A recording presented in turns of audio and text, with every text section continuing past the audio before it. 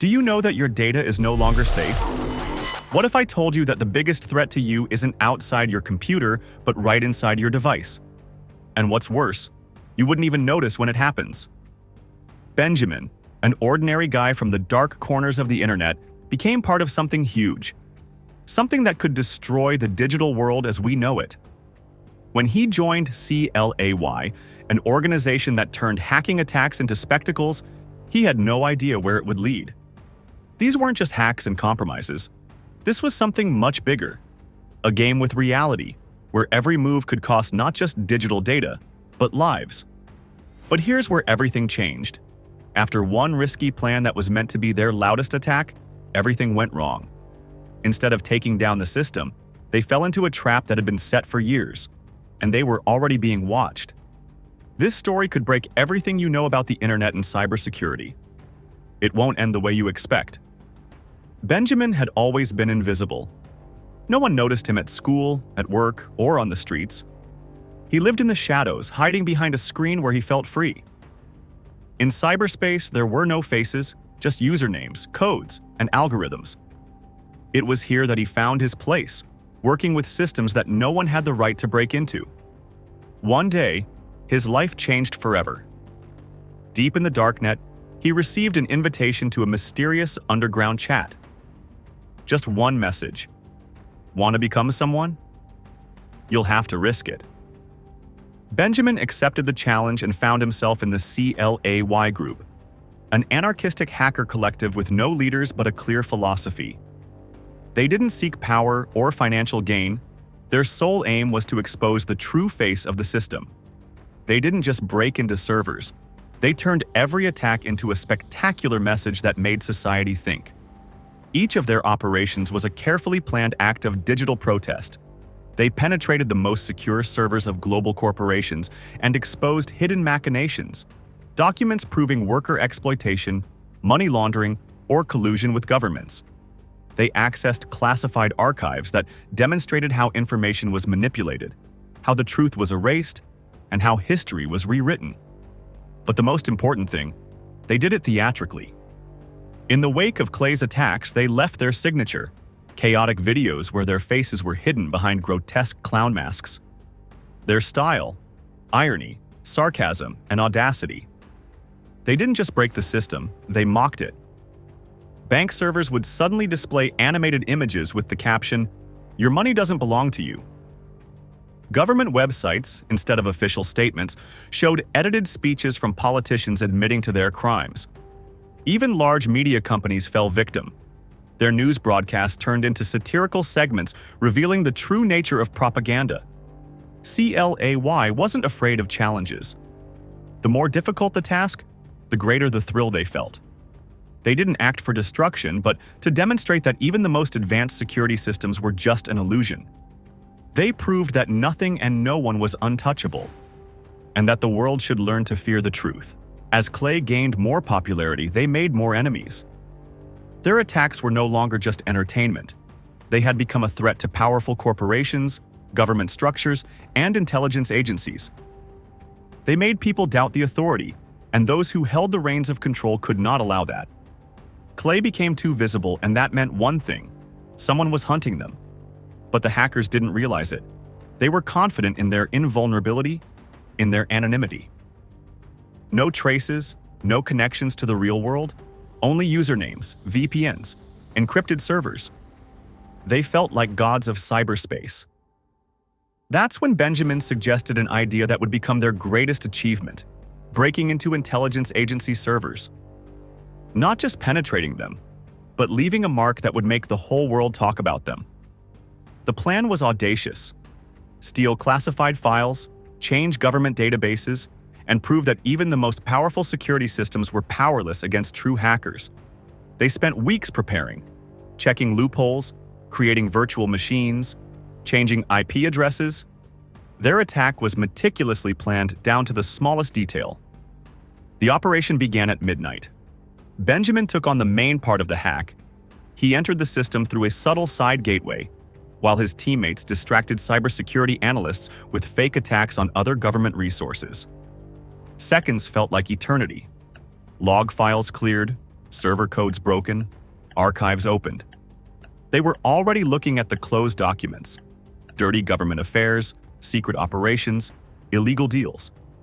This was a triumph. They were at the center of the web where the dirtiest secrets were kept. But at that moment, something went wrong. Benjamin felt a cold sweat on his back as he realized that the incoming traffic of their attack was not just being logged, they were already being analyzed in real time. He rushed to close the access, shutting down all possible traces, but it was too late. A short line of text appeared on the screen. "You thought you were invisible?" And in a second, the server shut down. Everything came to a halt. They were set up. CLAY had fallen into a trap. The servers they tried to hack weren't just a regular database. They were bait, carefully prepared to catch them. Every action they took had been tracked from the very beginning. Within hours of the attack, one by one, the members of the group started disappearing. They no longer made contact. Their darknet accounts were erased, and the servers self-destructed. Benjamin was the only one still free. He understood that someone had betrayed them. But who? Who knew about their plan? Who had led them straight into the enemy's hands? And most importantly, what would happen to him now? Benjamin had never heard of Mephisto until this moment. But when the name of this elusive hacker started appearing in all his sources, he realized that he was dealing not just with an enemy, but with someone who had absolute power over the digital world. Mephisto was a legend in the darknet. Some considered him a myth, a boogeyman made up to scare young hackers. Others believed it was an entire organization working for governments or powerful corporations, eliminating competitors and unwanted elements. Anyone who tried to trace him vanished without a trace, as if they had never existed. And now he was hunting Benjamin. The first strike came unexpectedly. Messages began appearing on darknet forums. "Clay is destroyed. Next, Benjamin." At first, he thought it was just rumors, but things became much more serious when he tried to contact his former partners. All their accounts had been deleted. All the servers they used were gone. It was as if they had never existed. But the worst was yet to come. The police received evidence that he had never left. Government websites showed log files with his IP addresses, login coordinates, even video surveillance footage showing his silhouette. It was impossible. He had always covered his tracks, always used multi-layered protection. But even more terrifying was that, in the footage, he was doing things he had never done, hacking systems he had never touched, stealing data he had no access to. His digital image had begun to live a life of its own. He went through every file, every piece of evidence against him, but found no leads. Everything was perfectly fabricated, every detail in its place. Witnesses he didn't know began testifying that they had seen him at the time of the attacks. Cameras had recorded him in places he had never been. Mephisto wasn't just trying to destroy him, he was rewriting reality. The world around Benjamin began to collapse. He had no allies left, no safe place to go. His name became poisoned. In hacker circles, he was considered a traitor. The police hunted him as the main cybercriminal, and he couldn't even trust his own memories. And the main question gnawed at him: who is Mephisto? And how could he stop him if Mephisto was a ghost? Benjamin stood at a crossroads.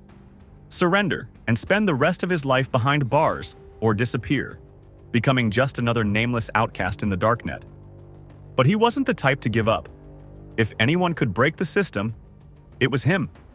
He started an investigation, using all his skills, contacts, and resources. But with every step forward, he understood more and more. Mephisto wasn't just a hacker. It was something bigger. At first, he thought it was an individual, a brilliant programmer, or even someone from his own past, perhaps an ex-member of CLAY. He checked everyone who might have had a motive to betray him, analyzed old records, even hacked into abandoned servers that once belonged to their group. But instead of answers, he found only darkness. The deeper he dug, the more terrifying details emerged. When Benjamin reached the deepest levels of the darknet, places where even seasoned hackers feared to tread, he realized Mephisto wasn't a person. Mephisto was a system. Not an artificial intelligence, not an algorithm, but a vast branching network working in the interests of governments, intelligence agencies, and the world's largest corporations. It was a cleansing machine designed to control the information space. Its goal was to eliminate those who became too dangerous, to destroy rebels in the digital world, to rewrite the truth. CLAY was just another target for them. He found files that confirmed his worst fears. All the data about CLAY wasn't destroyed by hackers, but by the Mephisto system itself. And not just destroyed, it was rewritten, erasing the group's existence. They deleted attack evidence, created fake log files, fabricated documents that pointed to Benjamin acting alone. It was a game, and he was the last piece on the board. But Mephisto had made a mistake. They thought they controlled everything, but every system has a weak point. And in one of the code fragments Benjamin found among the deleted files, he saw a loophole, a flaw. The irony was that even the most powerful digital monsters are created by humans, and humans make mistakes. He decided to strike back.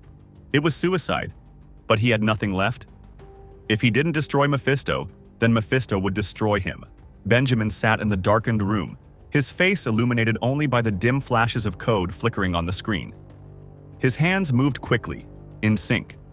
Each line of code was a work of art, the final stroke of his life in the shadows. This wasn't just a virus. It was a weapon, created to destroy the very foundation of digital control. This virus didn't just corrupt files or delete data. It worked on a deeper level. It rewrote server memory, erased backup copies, altered archiving algorithms. It was designed to leave no trace that not only Clay had ever existed, but that Benjamin himself had ever existed. Penetrating the core of the Mephisto system was the most dangerous part of the plan. His code faced the most powerful defense mechanisms he had ever seen. But he was ready. Using a hidden loophole he had found in the source code, he bypassed the defense and deployed the virus. Launch. The countdown began on the screen.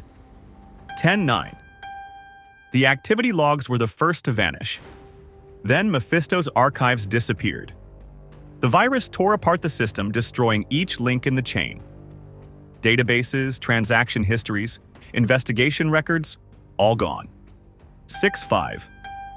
Mephisto tried to resist. It tried to block the attack, close channels, roll back the system, but the virus was smarter. It modified its algorithms, adapted, adjusted to each new obstacle. 3-2. The last message he saw before the system crashed was simple. This is not the end. This is just the beginning. 1. With the system's fall, Benjamin disappeared too. His profile in the network, his digital trace, his name. All gone, as if he had never existed. The police found no evidence, no hacks, no hacker groups. They stood before a digital void where, just yesterday, the name of their greatest enemy had been. It seemed like it was over. A month passed. The darknet was quieter than ever before. Those who knew about CLAY were silent. Those who thought they were a myth celebrated their victory. But that night, in the darkest corner of the darknet, a new message appeared. Just one sentence. The system is dead, but the ghost of freedom is alive. The information spread like a virus. No one knew who had written it. No one could trace the author. But everyone felt it. Something was being reborn. CLAY became a myth. Their legends were passed from mouth to mouth. They turned into a symbol of the fight against digital slavery. And somewhere in the depths of the network, a new nickname appeared. Phantom. He left no trace, didn't break servers, didn't make contact. But everyone knew, as long as the world exists, so does the shadow. And as long as there is control, there will be chaos. The world believed it was over.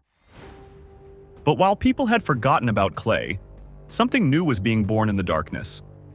A group of nameless hackers appeared on forbidden forums. Their messages were short, but their meaning was clear to all. Order is an illusion. We're here to destroy it. They gathered, exchanged knowledge, sought a way to return. And although none of them knew who led this movement, they felt someone was guiding them. Somewhere among them was Benjamin. His name had been erased, but his idea lived on. He watched their first steps, analyzed their actions, protected them from the mistakes Clay had made in the past. He knew the fight wasn't over. He knew his return was just a matter of time.